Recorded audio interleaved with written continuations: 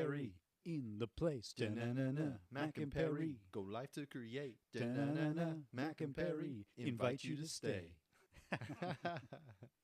It's Mac and Welcome back to Tell a Story Hives on location in Red Deer. We are at Curiosity Art and Framing. My name is Daniel J. Perryman, local theater and filmmaker in Lethbridge, Alberta. This is my co-host, Michael Bartz. I make short films and podcasts about environmental sustainability. And this is... My name is Brad Kuhn. I'm a portrait artist here in Red Deer, Alberta. Love it.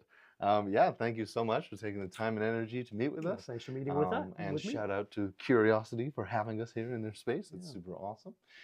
And yeah, I'm super excited to dive into your artistic journey in the interview. But right now, we're going to do some icebreakers and just to get to know you a little bit and just have some conversations. Our first thing is just a bit of trivia. Sure. How are you with Red Deer specific trivia typically? Well, let's see how we do. Yeah, for sure. Super low stakes. We'll just have some fun. Let's see how we do. Awesome. Okay, our first question for you is, Red Deer was home to one of the first dairy condenseries in Western Canada. But what was it called? A, Alpha Dairy, B, Beta Dairy, C, Gamma Dairy, or D, Delta Dairy? I know this one well because as a kid driving downtown with my family, I remember seeing the Alpha stack, which is still there. Right. Yeah, it's Alpha Dairy. Absolutely. Yes, you got it right. Hey, that's awesome. How old would you have been around then? Oh, good grief. I'm dating myself here. Oh, no. I was probably 6, 7 years old. Yeah. Nice. Been around forever, that thing. And the stack is still there? It's still there. Yeah, nice. Yeah, it's not working still, or is it used for something else? I think it's just a landmark. Yeah, that's fair. Nice. Awesome. And Michael and I have prepared trivia for each other. Okay. So I'm going to pass it off to you to read the smaller piece there, which will be for Michael, and my trivia for Michael. Michael's trivia from this one. You got it, yeah. Okay, here we go for Michael. In 2021, I finished a charcoal drawing of Jim Halpert, also known as actor John Krasinski from the American version of the TV show The Office. Well, Daniel owns the complete series on DVD with extended cuts and additional BTS content. The question is, who is Daniel's favorite character from this TV show? Is it A, Michael Scott, aka Steve Carroll, B, Dwight Schrute, C, Pam Beasley, or D, all of the above? You can't just pick one. Yes, well, yeah, I mean, they are all great. It does seem like a bit of a cop-out, so I'm going to say Dwight Schrute. Dwight Schrute, huh? Yeah. Well, the real answer is D, all of the above. You can't just pick one. Yeah, I went with the cop-out. They're too good. And they all work so well together. It's a great series. Yeah. It really, really is. Yeah.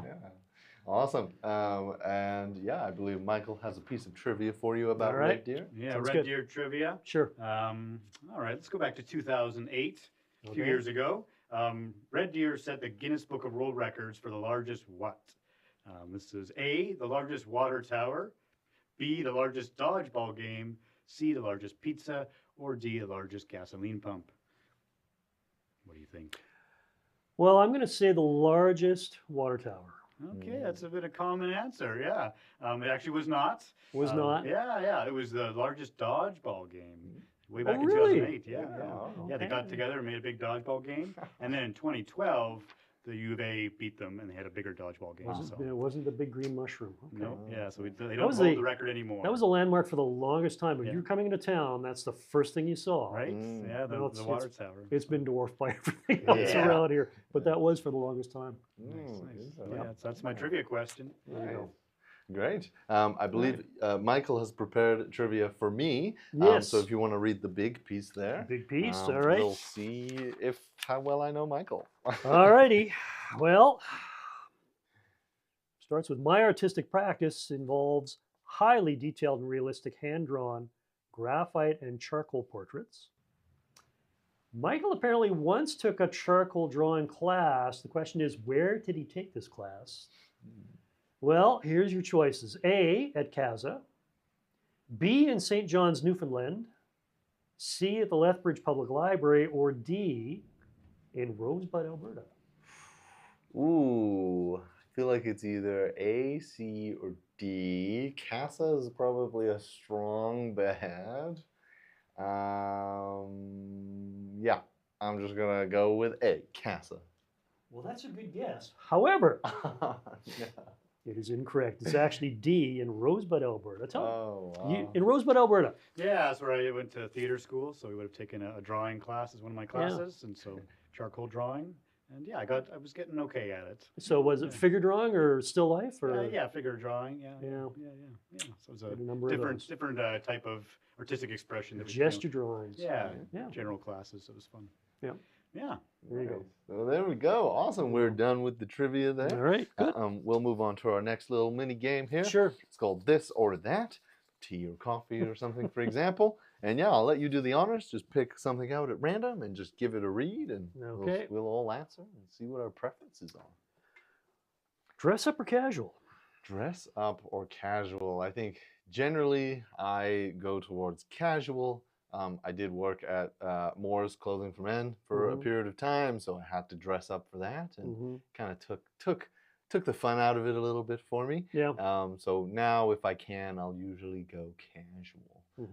How about you? Casual all the way. Yeah. Absolutely. No, I'm not a dress up kind of guy. I know when I was working and I was teaching, I used to wear a tie quite a bit. I did get away from that though. But yeah, much more casual, definitely, for myself. Super fair. Yeah. And how about you, Michael? Yeah, I'm gonna go in the other direction. A little more dress up. I find that more and more I like to just feel good and dress up a little bit. Nothing too crazy. I'm not wearing a tux or anything, but yeah, it makes you feel good, and so I dress up a little bit more than I used to. Yeah. Fair enough. There you go. Awesome. Okay, we'll see what else we get here. Swim or suntan? What is your preference? Well, definitely suntanning. Yes. I don't mind going in the water, but I'm not a big swimmer. But absolutely suntanning. Yeah, nice. for me. Yeah, right on. I think for myself, I'm also not a strong swimmer, but I also burn quite easily. So I just stay inside. No, just kidding. I would probably go for swimming, because hopefully if you're swimming, it's nice out and you get the best of both anyway. So I'd go with swimming. Yeah. How about you, Michael? Yeah, I would agree with you on that one, Daniel. I like to swim, usually in like a mountain lake. So I'll go hiking and there's a nice cold mountain lake, go for a dip. It's always invigorating. So much rather do that than sit on the beach. That's just what I like to do. So yeah. Fair enough. Awesome. I'll let you do the honors and pick another one here. Right. See what else we get. Okay, I'll throw that one back. And the question is, matching or mismatching socks? Matching or mismatching? I generally go matching, but I have actually recently, over the last month or so, deliberately mismatched my socks, and there was something about it that kind of captured my imagination. So I might be doing that more often moving forward. How about you, Michael? Yeah, I would say generally matching. I like my socks to be matching, but I've got multiple like styles, like the same style of sock for multiple socks pairs. So I could be mismatching and I wouldn't even know it. They're kind of different, right, left, doesn't matter. And how about you, Red? Well, matching socks for me, definitely. It's just the way it is. Yeah. When you were teaching, did you have any like fun socks, or was it? Yeah, I did. Christmas, there was fun socks I wore, and that kind of thing, Christmas theme, and of course there's ugly sweater day and that kind of thing. So nice, nice and casual still, of course. Right. Yeah. Absolutely. Nice. Awesome. We'll do a couple more of these. Sure. Our next one is lake or ocean. What would be your preference between the two? They're both good, although I do love the ocean, and it's probably the sound. Yeah, I love the sound of the ocean. Yeah. And I could watch the ocean all day, but you know what? Lakes are beautiful too. They really are. So if you had to pick one, I'm going to lean more towards ocean. Yeah. And does that anything, like, because I know, Alberta, we're landlocked. So how often have you got to get out to the oceans? I've been lucky. It's been a few times that I've been able to go. I've been up and down the Mediterranean. I've seen the Pacific. I've seen the Atlantic Oceans. Yeah, I've been very lucky. Nice. Yeah.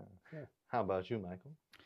Yeah, if I had to choose, I would say, back to my earlier comment about hiking and lakes, probably lakes. Mm-hmm. Do love a good mountain lake in the Rockies. Yeah, I have spent some time around oceans, and I enjoy the sound of the ocean. Mhm. Absolutely, yeah. But Mhm. just hasn't it's not as much of a connection as growing up in Alberta and Right. being around lakes more, mountain lakes. So I would have to say lakes. How about you, Daniel? I think I would go with ocean. They're so vast and so deep, and we know so little about them, and I Mhm. just think that's cool and terrifying at the same time. And then also like immigrating, traveling. I don't know. I would I'd go with ocean, I think, Yeah. today. So Yeah. we'll let you do the last Okay, one. one there. more. All right. Board game or video game? Board game or video game? What do you think? Classic. I think I would go with board game. Mm-hmm. Just because, I mean, I recently sold most of my consoles. I just wasn't making the time for them, and there's something about board games that you kind of, just get together with people, sit at a table, forget about your phone, and just spend time with your friends and have a good time. So, yeah. How about you? Definitely board games. It's probably a reflection of my age. I never did really get into the video game thing, but absolutely board games. Yeah. Mm-hmm. For me, Would definitely. you ever try video games, or like is I've the tried video them. game- I mean, yeah, it's not my thing. not your thing? No. Are there any like favorite board games that come to mind? I love Sequence. We did a neat thing when I was teaching social studies with Monopoly. We turned it into an economics game, Okay. which is kind of a neat thing, looking at economic systems. That was neat. The game of Risk Okay, was always fun to play. Nice. Yeah. Nice. Yeah. How about you, Michael? Yeah, I would say probably generally board games, similar to your comment about, there's something about just getting together with people and just connecting and hanging out and having some fun. And I mean, we discovered this yesterday when talking with the improv folks, post-skit comedy. Potentially there are some kind of interactive games that you can play through the TV or phone that's like not a video game, but it's still kind of board game-esque, but it's still playing with people and having fun. So that's what I'm all about, in person. I feel like we'd have to play some board games at some point if we ever got the opportunity. Right on. Okay, we'll move on to our last little mini game here. It's called Tumbling Towers. Okay. Generally, we try not to take from the top 3 rows. All right. Feel free to poke around and find one that's loose like that. Okay. And each block corresponds to a question. So you do the honors, and we'll see what we get. Let's see what we can get here. Yeah. Okay, I'm gonna try and pull that one out. Nice. All right. 41. 41. Okie dokie. And then we can just plop that back on top there. 41. If you could visit a fictional world, where would you go? Any fictional world? Fictional world, probably Rivendell, from Lord of the Rings. Nice. Yeah. Yeah. What about Rivendell attracts you? Well, I know that when they filmed it, and I'm going to go with the film version, one of my favorite artists was a gentleman named Maxfield Parrish, and he did a lot of very neat landscapes, kind of moody landscapes that work with soft lighting and this kind of idyllic environment. And that's what Rivendell is. It's just, to me, it's a very idyllic setting. Yeah, absolutely. Nice. Yeah, I also generally with this question, I go with Middle-earth. I love that series. I love the detail in your answer. I don't have that myself, but I love the series, so I would go to Middle-earth myself. Yeah. How about you, Michael? Yeah, I guess I would probably go to Never Neverland. I remember I always liked Captain Hook, Peter Pan, that story. So I guess, I'd be flying off to Neverland and never growing up. Nice. All right. I guess Your turn. I should pick one of these. We'll go with this one. Put that one back. Sure. Okay. We've got number 15. Let's see what we've got. Who is the most interesting person you have met and had a conversation with? Anybody come to mind? Interesting person I've met that I've had a conversation with. Or just an interesting conversation, I guess, that you might have had. I can rack my brain. I don't know if Michael has anything off the top of their head.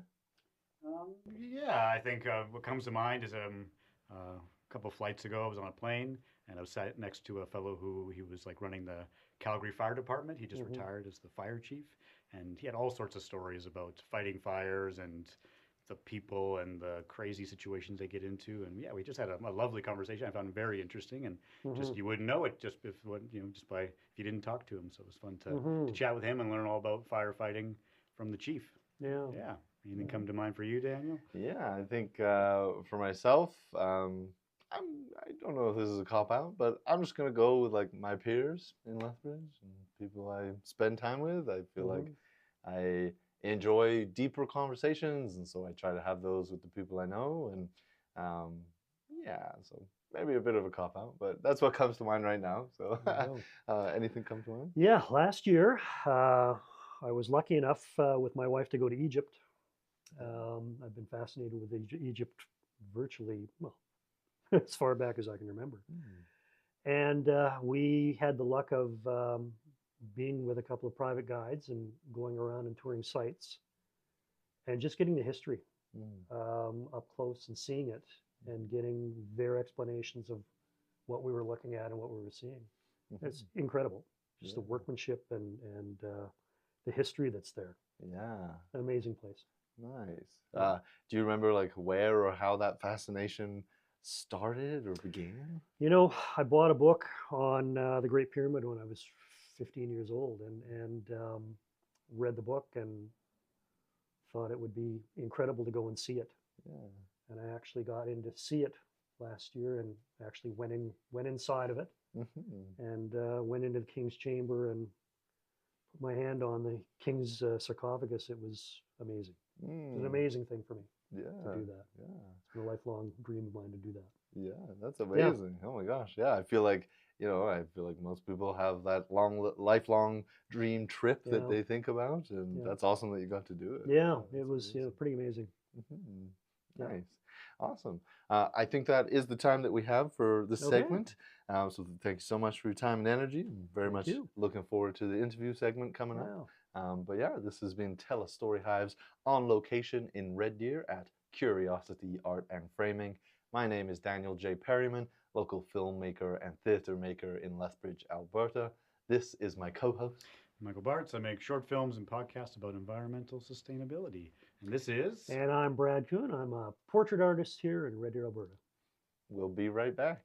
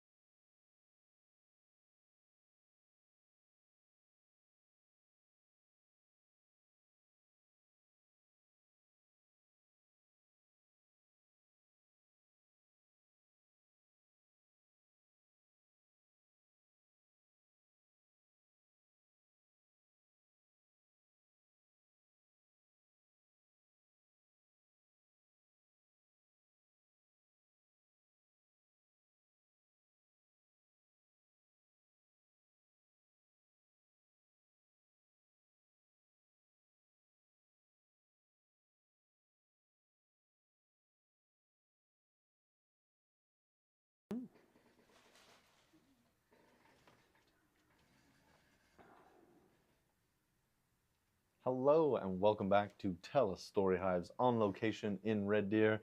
We are at Curiosity Art and Framing.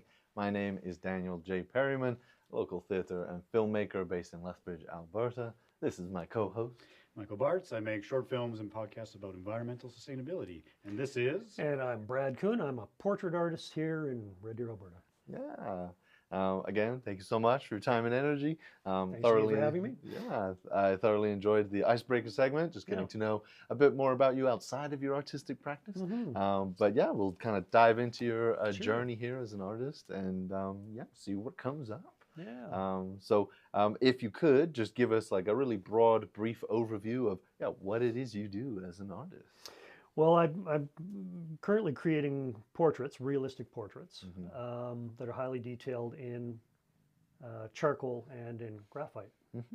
A variety of different sizes. I work from quite small, from an 8 by 10 inch size up to 30 by 40 inch.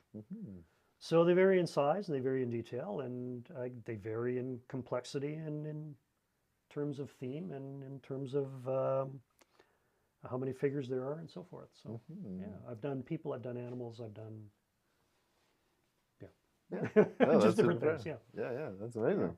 Yeah, and I feel like we'll dive into more of that a bit later here. But if we were to rewind the clock and just think of our oldest memories of engaging with art, what would be your oldest memory of doing art? Oh wow. Well, I've always drawn. I've always been fascinated with drawing and doodling, and I've done it well since I was young, very young, 6, 7 years old. Took art classes in junior high, and I think that's when I started getting interested in it, but it was high school that I really got into it. And I took an art course in grade 10, and then in grade 11 there was a vocational education course that was called commercial art that I took. And back in those days, and I'm going to date myself here, we didn't have a semester system in our high school. We had a trimester system. Okay. So we had 3 terms in a year. So when I took commercial art in grades 11 and grade 12, I had that course all day, every day for 3 months. And it just really allowed me to get into, just really enjoy drawing and get into it and try different media and just really concentrate on what I was doing. And it was there I decided, I really enjoyed the course so much that I thought it would be incredible to teach that kind of a course eventually. And so during my high school years, I set about starting the process of becoming a design teacher, and that's what I ended up doing. Yeah, that's amazing. And yeah, if we go back to kind of that junior high time here, briefly of just was it kind of like an internal pull towards the discipline, or did you have external factors like parents? I think it was both. I think it was, well, internal, external is just, I'm a visual learner as it is. And I've always been fascinated with things visually, whether it's landscapes or whether it's designs in nature or whatnot. I'm still fascinated with that. With film, I've always been a movie buff. I've always been interested in camera work that's used in movies and so forth. So I'm very visual that way. I think it just came naturally. Yeah. That's awesome. And then in high school, you mentioned kind of getting into it more seriously. How do you think having that sort of trimester set up and doing it every day, how do you think that informed I think it just got me into it. It just, because I can get into a drawing and just get lost in it. Yeah. And, time seems to disappear. And, the thing is, for me, it's incredible. I can just get into a drawing and just, I look forward to it every day. Once I've started into one, it becomes a highlight of my day, just working away on it. So, I developed that feeling when I was taking that course. And I thought, geez, it would be incredible to continue on with this, but also to be in an environment where I can teach that and help others enjoy that and develop that kind of skill. And yeah, were there any like mentors or inspirations or teachers or people that kind of inspired you during that time? Well, certainly my commercial art teacher at the time, and I knew of a gentleman who had gone through and become a commercial art teacher himself, and I kind of used him as a model to follow along with, actually tracing his steps for his education. And I kind of went the same route. and ended up getting into teaching that way as well. Absolutely, yeah. Yeah. So kind of using your teacher there as a kind of a model of what your Yes. journey might look like. Yes. Yeah, what happened kind of after high school for you? Well, I worked for a year, just making money to go to college, and then I went to the Alberta College of Art for 4 years, and I've got I finished the 4-year program there in design and illustration. Eventually, that turned into a degree when they became a degree granting institution. From there, I worked for a couple of years in Calgary, both at a design studio and doing some freelancing because I wanted to get experience in the field. And then from there, I moved to Edmonton and went to the University of Alberta and got a degree in education. And I was very fortunate because just before I finished, I was hired as a design teacher here in Red Deer. Okay. And started my career here in teaching in 1988, teaching design and illustration. And did that for a number of years. Spent over 3 decades teaching. Yeah. I am going to pause us there Sure. just because I feel like there's so much we could dive into in that period of time. So just before college there, you know, were you able to keep up that kind of practice, that daily practice I was that you always had developed in? Yeah. I was always drawing. And even then, I was interested in doing portrait work and had started kind of the portrait journey there. And that's really what got me into it. You know, and there again, I mean, going into the program, into the design program in Calgary, of course, the ultimate would be to come out and work exclusively in the design field. But there again, I had the idea that I was going to go through that program and use that as a stepping stone to get into teaching. I wanted to learn the techniques. I wanted to learn about realistic drawing. And I felt that was the best place to learn it. And for me, it was. I mean, my growth as an artist from when I started there in 1981 to when I graduated in 1985 was incredible. I mean, you literally ate, slept, breathed artwork 24 hours a day. It was an incredibly busy time. And this is pre-computer. I mean, so we didn't do anything on computer. Everything was hand-drawn, hand-rendered, hand-painted. And when I was working as well in the design field, there again, it was pre-computer. So everything I did was on the drawing board. What do you think you got out of that? Just, I think time management, learning some shortcuts, getting faster at what I did. Just improving my craft. Yeah. And then, Absolutely. while at college there, just that idea really captivates me of like living, breathing, eating art. Oh, yeah. And so I'm just curious, what did that mean to you? Did you recognize that in the moment, or was it in hindsight that you... Well, what I can tell you is I didn't sleep much. And, Sure. and for those of us in that program, in the visual communications program, we were so incredibly busy because we had so many things that were on the go, so many projects that were going the same time. And we were under pressure. I mean, you know, when you work in the advertising field, you got deadlines to fulfill. And that was the initial training for that. So there were times we literally stayed up all night getting stuff done. You come in bleary-eyed in the morning because you had a critique with your instructor at 9 in the morning. You put your stuff up and then you'd critique it. Right. And then if you're lucky, you went and you got a few hours sleep and then you started on to the next project and kept it going. But it was like that for 4 years. Wow. And as I said, when you're that immersed in your artwork, you grow as an artist. And of course, the people around you, you know, you get very close with the people around you because they follow you and they're with you and they share that journey with you. And so we fed off each other for ideas and techniques and so forth. So yeah, it was an incredible journey. It really, really was. And I'd love to touch on that a bit more, just because that idea of when I think of visual arts, it does seem like a more solitary practice. And you know, we'll talk about that more presently for you. But at that time, with those peers who are also in that same program, I mean, you know, what was the value in that? Do you think, having those people? Well, I think in terms of just getting feedback on what you're doing, you know, certainly offering suggestions on how you can further push your work, but you're always getting inspired by people around you. And there was, I mean, I considered myself to be very average when I was there. There were some people that I worked with that were so incredibly talented. It blew me away constantly, just how good they were. Yeah. And it helped me grow. I mean, they inspired me to try and do my best. And you know, and I still have that. You know, I still want to keep pushing myself and doing the best that I can with what I do. Absolutely. Yeah, and then you also mentioned just that idea of critiques. Yes. You know, what can You you develop tell? a pretty thick skin. Okay, yeah. You have to. Yeah. Yeah, you have to, because when your work is being critiqued, it's not a criticism of you personally. It's a constructive criticism of the work you've done. And there again, it's all meant to help you improve your craft and get better at what you do. And maybe think outside the box a little differently and try something different along the way with suggestions you get. So absolutely. Yeah. Were there any like especially good critiques that you received? Good or especially constructive? Well, yeah, critiques? there's always constructive critiques. You know, there again, it just helped me improve my work. I had some really good critiques that, you know, that saw a lot of value in what I did. And I also had some ones that were critical and said, okay, well, this is what you need to do. This is how you can improve it.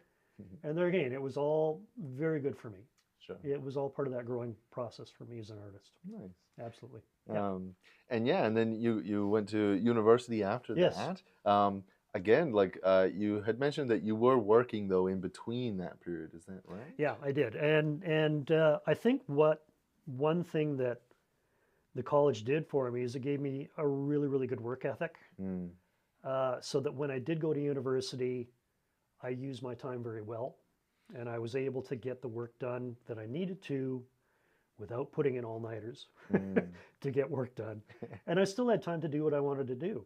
And I ended up compressing my schedule to get the degree done faster. So I went spring and summer sessions. Okay. I went all year. Yeah.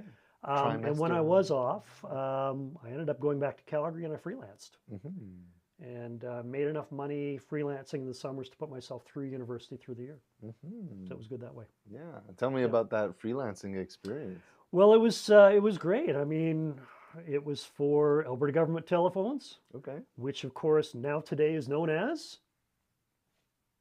I don't know. TELUS. Oh, okay. There you go. Often TELUS. Shout out to TELUS. Yeah. And I was working in the directory in the TELUS building, and we were doing Yellow Pages. And so I was doing a lot of illustrative work for the Yellow Pages in those days. It was very quick work, but it was very good. It was well paying. We got paid by the piece.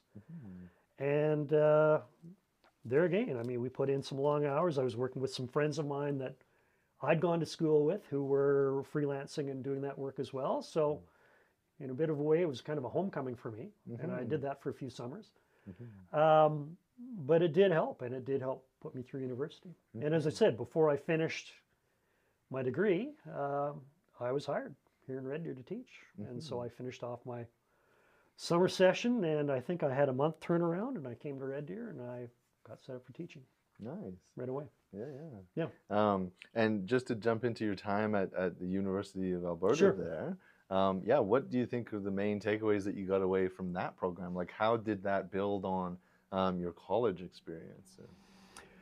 Well, one thing, I didn't really take any art courses in university. It was strictly devoted to teaching. So one of the things it did for me was it provided me with a minor in history and social studies, which I ended up starting to teach as well, besides the design. And that turned later on for me into my major area of study, which I finished off teaching, which was social studies. So the history portion of that I really, really enjoyed. I did take a history of narrative film, which was a really, really neat course to take, looking at 20th century film. And that certainly contributed too. It brought something else that I could bring into the classroom.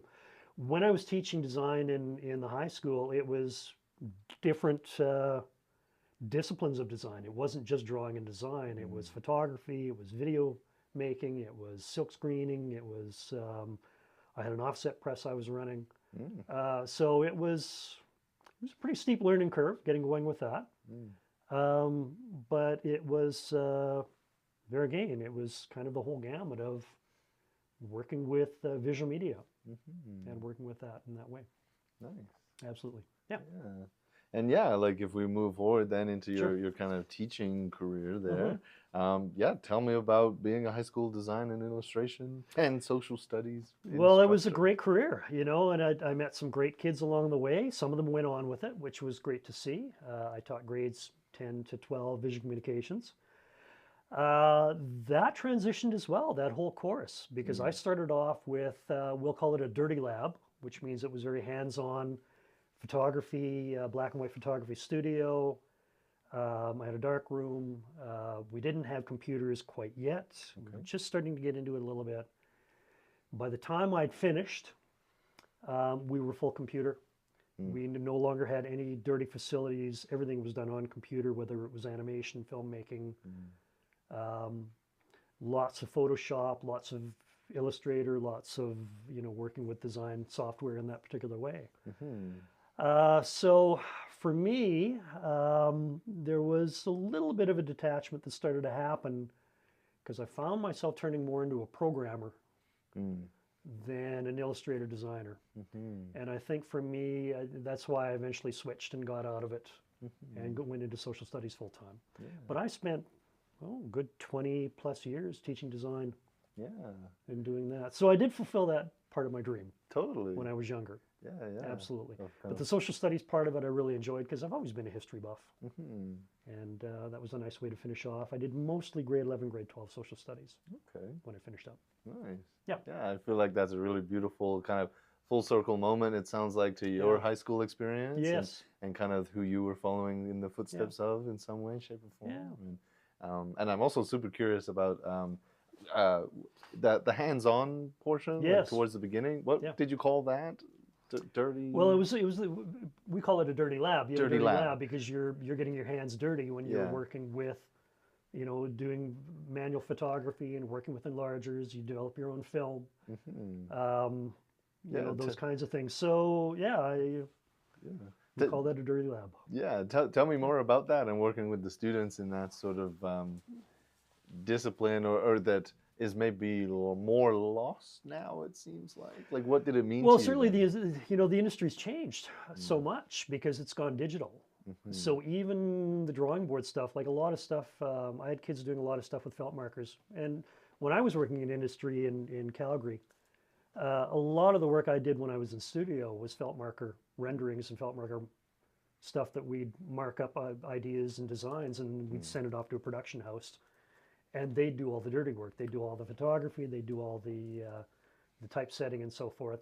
Right. And so we were doing that kind of stuff in the lab that I had, literally from, you know, the kids would develop a concept, then they'd have to go through and they'd have to do the physical work to get that stuff to be put together as final artwork.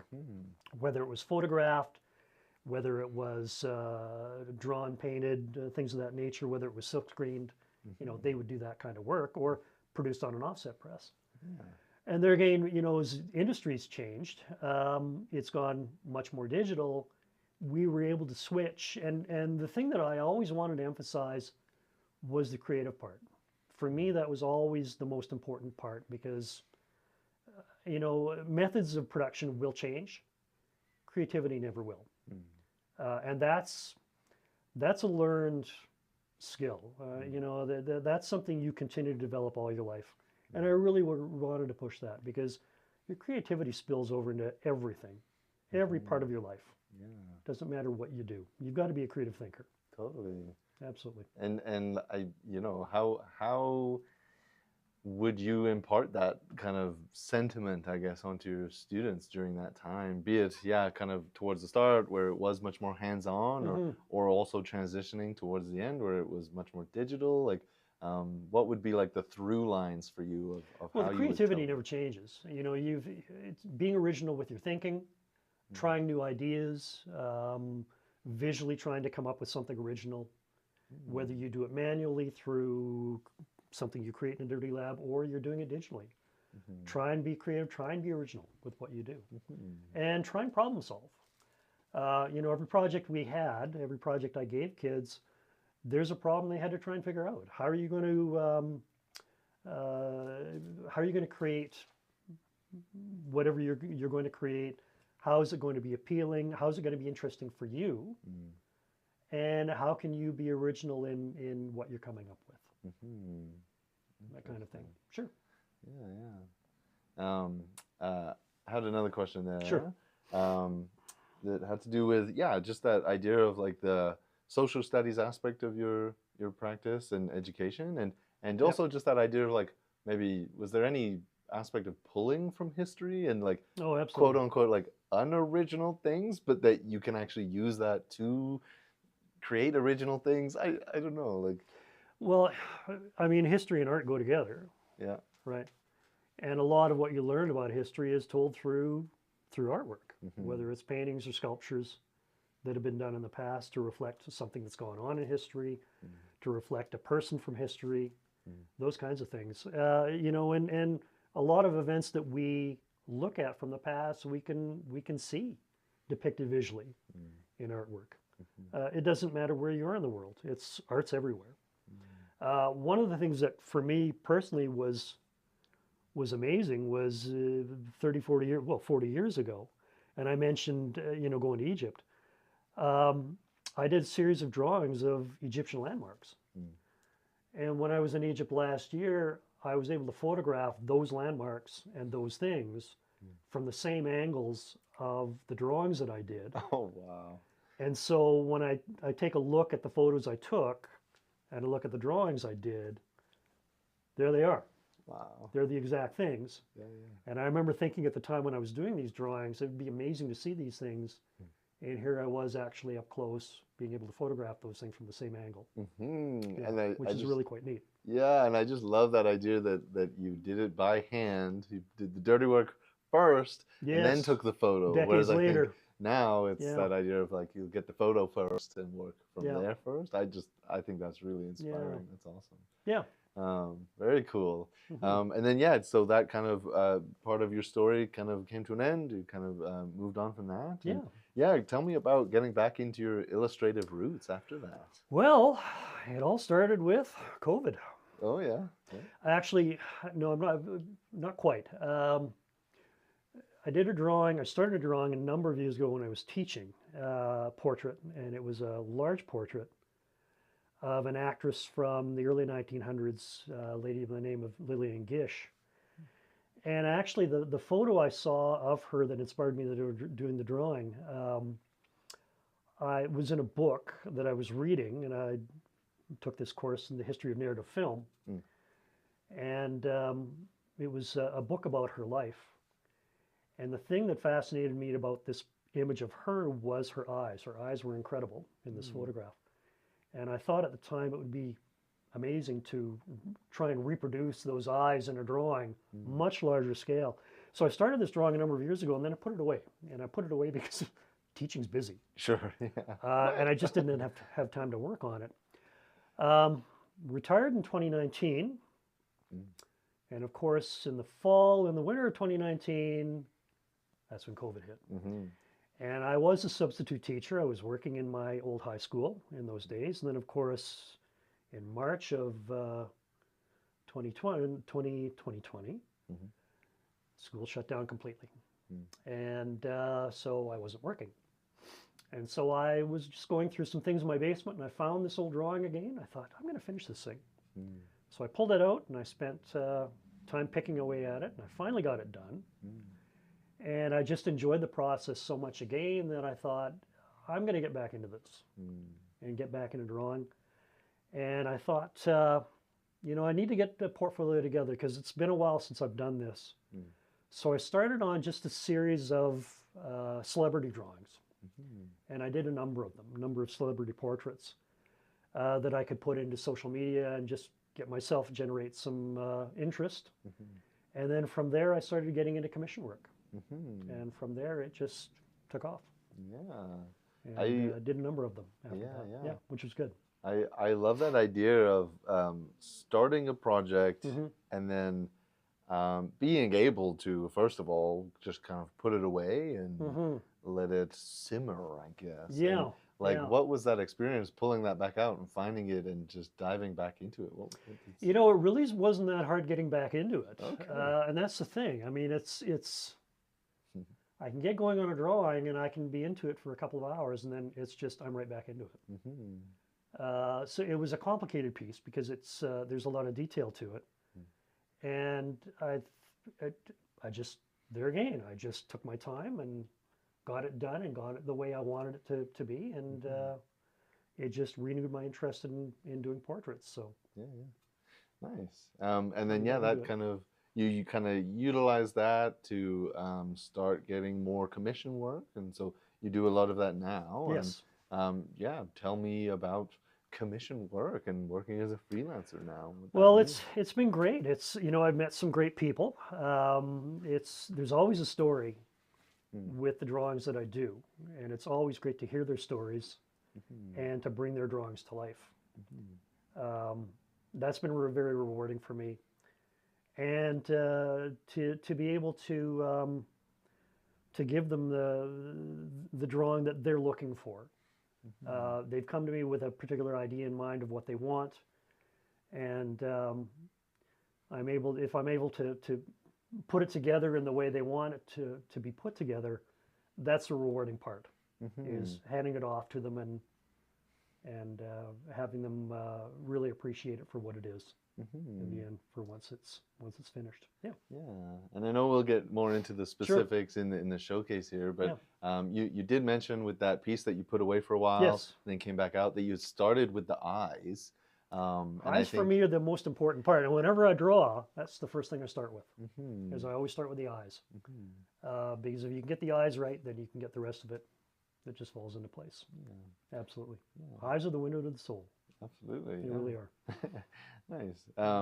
And then, I mean, to one of your last comments there about just that feeling of giving a piece to somebody once you've finished it. What is that like, capturing people's memories and experiences and translating that into your discipline? Well, that to me is the special part, because in some cases, some of the pieces I've done have been memorial pieces, for somebody who's passed on, and to keep that person alive and to keep that memory going and to keep that person special in somebody's heart is huge for me. That's a big part of one of the reasons why I continue to do this. It's for those moments, and to get that back in terms of the comments I've received, that kind of thing. And I guess I'm curious about, for your commission-based work, what is the kind of range? Is it from like all over, or is it very Red Deer specific as far as? Most of it has been local, but I have had, I've had stuff out of the province as well. I've done work for people in Saskatchewan. I've done work for people in BC, in Ontario, in Newfoundland. Okay. Yeah, it's been right across the country, but most of the work's been from around here locally. Yeah.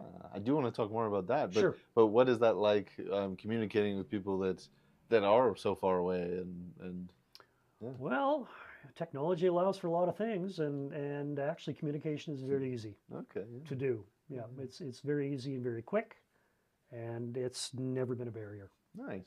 Okay, absolutely. Nice. And then more specifically for Red Deer here, I'm always curious.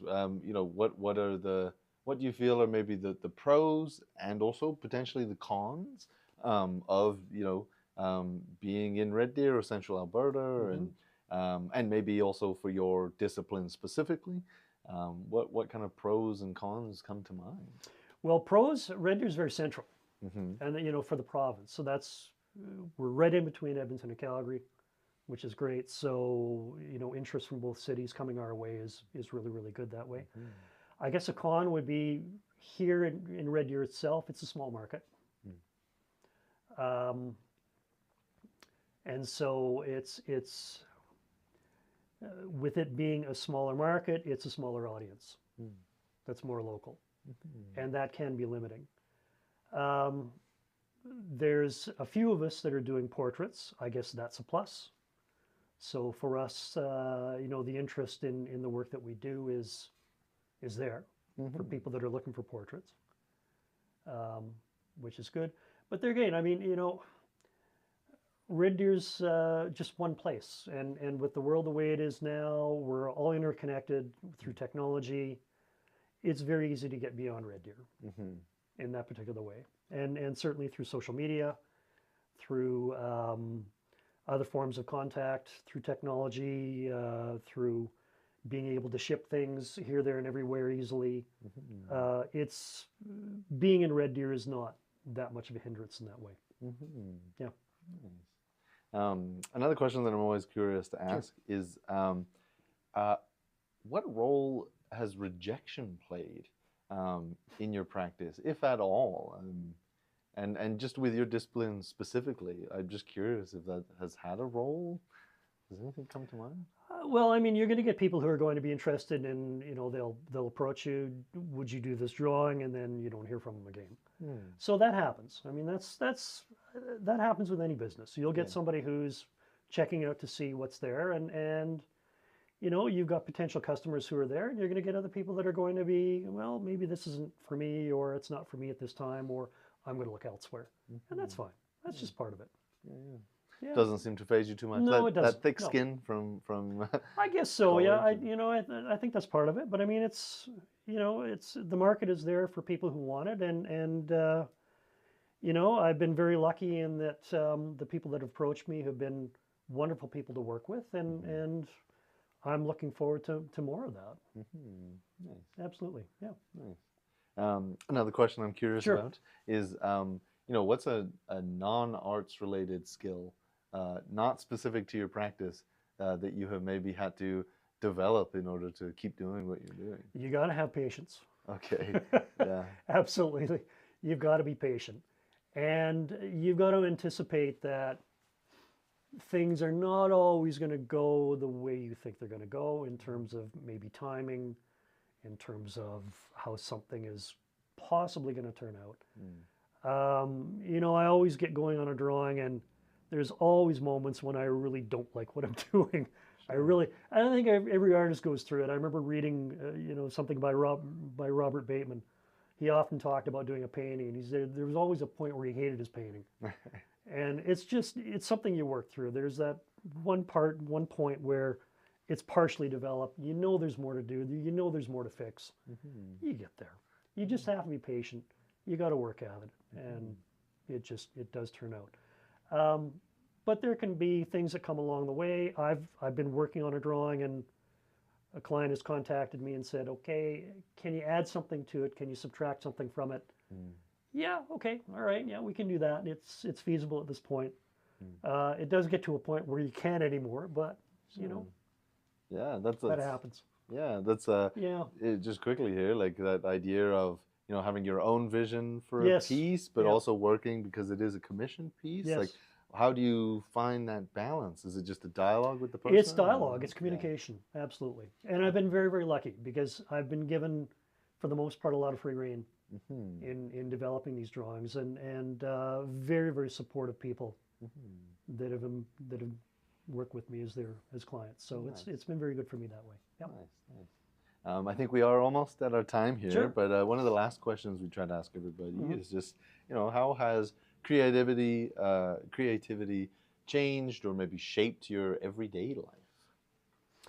Well, there again, I'm very visual, and one of the things that I've been very lucky in doing is traveling. I've traveled to different places, and I'm always looking at form and beauty and color, and trying to capture things through photography and being inspired. When I see something, it inspires me to draw more.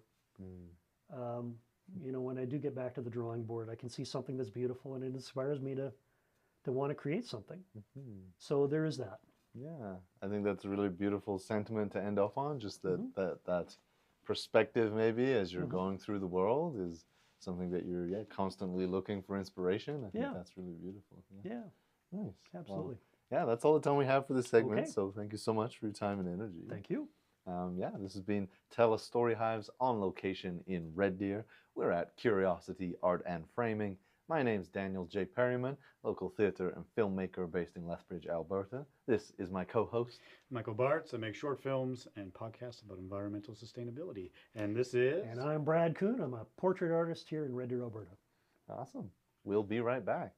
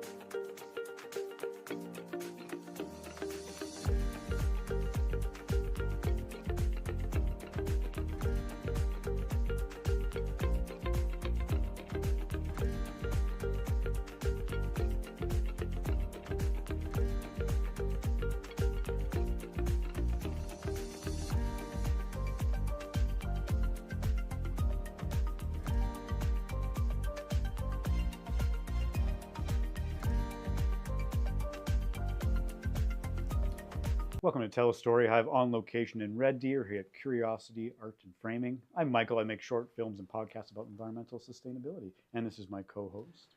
Daniel J. Perryman, local theatre and filmmaker based in Lethbridge, Alberta.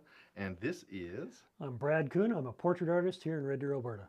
Yeah, so I really enjoyed your segments with Daniel, learning a bit about, we did the icebreakers together, but also about, your journey as an artist. And done a lot and been a lot of places and, studied and a huge journey there. But this is the showcase portion. We always like to showcase artists' work and especially as a visual artist, it's very great to showcase a visual art and to show these pictures and talk about the story behind them, and we might talk about some of the technique as well. So I think we have the ability to actually just put them on the screen, which is great. So we'll be able to see them there. We'll go with the first image. This is in this image, there's a younger man, an older woman, maybe a son-mother relationship, maybe. But tell me about this portrait. This was this is a piece. This is commissioned out of BC, and I did this one a few years back.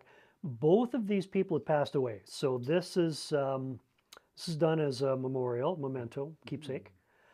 And it was a composite, so I ended up getting separate images of these two, and I put them together as if they were sharing the same space together. The challenge with this one was a little bit of quality, just improving the quality of the image that I had and working with that. I think I changed facially her structure a little bit. But I thought it turned out okay, and I know the person who received it was quite happy to get the drawing. Yeah, absolutely. Yeah. So this would have been a family member who reached out? It was a family member that reached out, yeah. Okay, yeah. Yeah, and asked about these two being in the same Yeah, drawing and together. we don't have to name them or anything, but yeah, I guess like, so what is the relationship between the two people in the I think it's a grandmother and a grandson. Okay, Yeah. Okay, Yeah. Yeah, interesting. Yeah, and so they would have reached out to you, and I Yes. mean, you talked about it a bit like in the segment with Daniel, but yeah, what's that like for you to do a piece, like a memorial piece, like something like that? I've done a few of them, and it's very rewarding. You know, because if you can there again keep that person alive with it, through the drawing, and you know, it's just something they can put up on the wall as a memento, a keepsake, and so forth. It's a wonderful feeling for me. Absolutely, yeah. Absolutely, yeah. Yeah, and you said you had to kind of like reframe them, like move them around, and how does that process work for you to kind of figure out? Because you said you start with the eyes, so now you have to like, how do you put them together? Well, it's a matter of just there again working with the composition, doing some sketches, working with lighting, and the big thing is trying to get the lighting right on both. In some cases, if I'm working with composite images from separate references, you got to work with the lighting and the tone work and so forth to make it look like they're together or they belong in the same place, the same environment. Yeah, no, it looks very natural. Absolutely, Yeah. like they're embracing. Yeah, so that would be when you say a composite image. It's not like a photograph that you're working off. I've always worked from photo references Okay, to work with, but there again, I do change and I do adapt as yeah. I need to. Yeah. Yeah, and so you're actually, you said lighting, so you're actually like lighting those photographs to kind of. It's just being cognizant of you know how the light falls on a person and trying to get the direction similar for both. Sure. So they've got the similar shadows and highlights and so It's like forth. they're Yeah. in the same space. Same place, yes. Nice. Oh, that's really great. Yeah. Yeah, we can go on to our second Sure. one we have here. This one looks. I'm thinking like a dad. He's wearing a ball cap. There's a young Yes. daughter and maybe a baby. Tell me about this piece. This one, yeah, this is a very, very special one. This is a Father's Day one. And with this one, the young son, the toddler, had passed away a number of years ago as a baby. And when I was asked to do this one, of course, many years later, I was asked to put the dad with the daughter, who was actually born after this son had passed away, together with the dad. And could I possibly get it to look like the son is sitting on dad's lap? And so there again, working with different images, I was able to composite this together and put it together. This is, for me, this is a special one. And I know that it was received very, very well. And there again, serves as a good keepsake for this dad with his children, both of his children together, in a, you know, in a way that they never were together, but yet here in this drawing they are. Yeah. Because you said some time had passed, and obviously, the daughter was born since. Yeah. So like when they reached out, like, what does that conversation look like when you're talking about such maybe a heavy topic of an infant dying, and how do you bring that out? It's tough. I mean, it's a tough conversation, and it's but there again, it's being able to bring life back through that drawing, and there again, it's something that'll always be there. Yeah, because it feels like a very, when you look at the image, it's has a happy tone to it, but you wouldn't know that it was maybe an infant who died. So oh, it's really special. Special piece. That's a special piece for me for sure. Absolutely, yeah. Nice. Yeah, we can move on to the third one on our list here, and this one is, so it looks like what might be a cowboy on a horse. Yeah. There's also a small dog on their lap, which I don't know if that is usually how they ride horses, but. Are they alive? I don't know. But tell me about this piece. The small dog on the lap? I don't know, but just tell me about the piece. Sure. Yeah. Okay.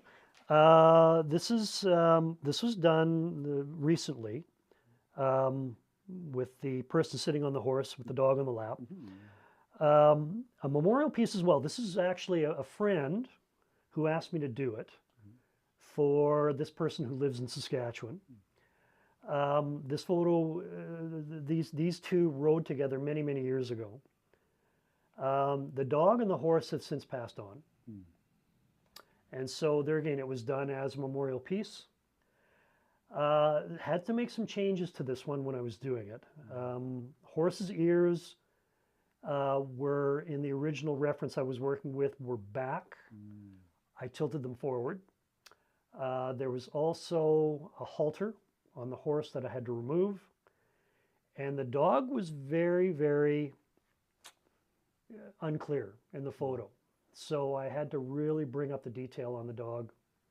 I looked at that particular dog breed, found different references for it, and was able to put that dog together creatively. Yeah, well, interesting. Yeah, and like to get the detail. Yeah, and for that person who commissioned it, like, yes, you know, was that a choice to say like I'd like the dog on my lap? Is that because normally a dog probably wouldn't sit on a horse? Actually, no. The dog normally did sit on the lap, and that was how this person was remembered riding. So yeah, it all came together well.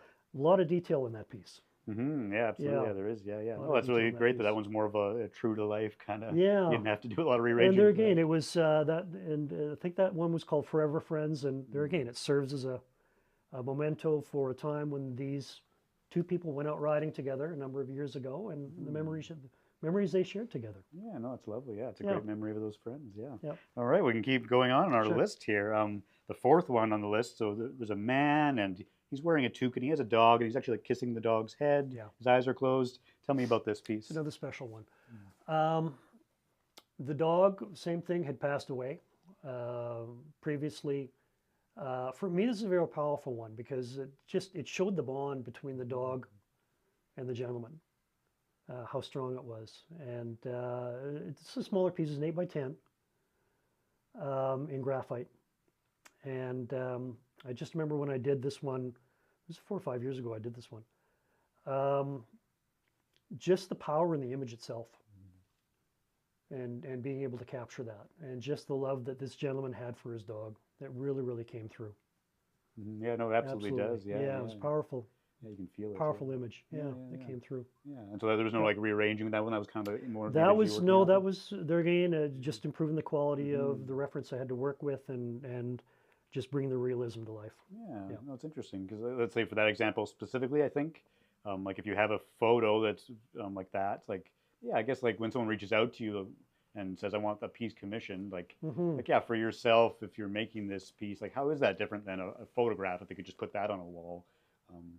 How is your work maybe different or more meaningful? Well, there again, you can emphasize certain areas. For me, one of the beautiful things about working with graphite or charcoal is the power of light and dark, and being able to emphasize that, bringing the richness of the darks out, and the whites, and being able to work with that compositionally, that oftentimes you can't get with a photo. So just being able to work with those contrasts. And I think that's one of the reasons why I love so much working with the black and white. You can really play with contrast in that particular way. And also adding in depth, adding in detail that's not there. Sure, yeah. Makes sense, yeah. And I guess you mentioned, I think during the session with Daniel, the interview, like that process as well, because it feels like, I assume you didn't take that photograph of that man and the dog. So yeah, maybe maybe talk a little about the like process of like, as you said it's the best part of your day. Like going through that process of like, now I'm making this piece for that person, especially memorial pieces. Yeah, what's that like for you to make that piece for that person? Well, there again, it's a special feeling for me, and just being able to put something together that's appreciated by the person who receives it, and there again, providing that link, especially to somebody or a special friend who's no longer there. That's a special feeling for me. Oh, good. I'm so glad. Yeah. Well, let's go show another piece here. Sure. I'm going to go to the number 6 on our list, so it's a young couple on a beach. Yeah. Maybe it's their wedding. I don't know, but there's 2 dogs beside them. What's the story there? Okay. This is a friend of my daughter's, our daughter who got married a couple of years ago. There was a lot of work on this piece to do. The beach, yes, they did have their wedding photos on the beach. There were no dogs there. The beach was a little different from what I put into that drawing. Quite a story with that beach, because it was the wedding was held in Mexico. About a year later, my wife and daughter and I were able to actually go back to that beach. I didn't go to the wedding myself, And I ended up rephotographing the beach.